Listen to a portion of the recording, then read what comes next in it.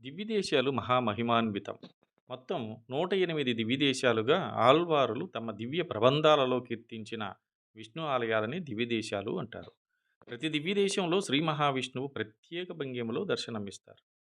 నిలబడి ఉన్న భంగిమలో 61, కూర్చొని ఉన్న భంగిమలో 21, శయనించి ఉన్న భంగిమలో 27 దివ్యదేశాలు. మరి ఉలగలంద పెరుమాళ్‌గా పిలుచుకునే తిరుక్కోయిలూరులో త్రివిక్రముడిగా ఎడమ పాదంపై నిలబడి సత్యలోకం వరకు తన కుడి పాదాన్ని ఎత్తిన భంగ్యంలో దర్శనమిస్తారు.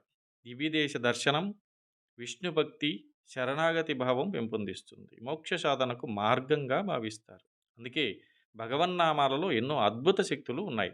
సంధ్యావందనం మొదలుకొని ఏ వైదిక కర్మ చేసినా ఓం అచ్యుతాయ నమః, ఓం అనంతాయ నమః, ఓం గోవిందాయ నమః అని ఆచమించి ఆరంభిస్తాం. మన ఆంధ్రదేశంలో 2 దివ్యదేశాలు. ఒకటి తిరువేంగడం అనబడే తిరుపతి, 2 అహోబిలం. ఒక్క తమిళనాడులోనే 84 ఉన్నాయి. ఉత్తరాదిన నైమిషారణ్యం, మధుర, బదరి, నందప్రయాగ, దేవప్రయాగ.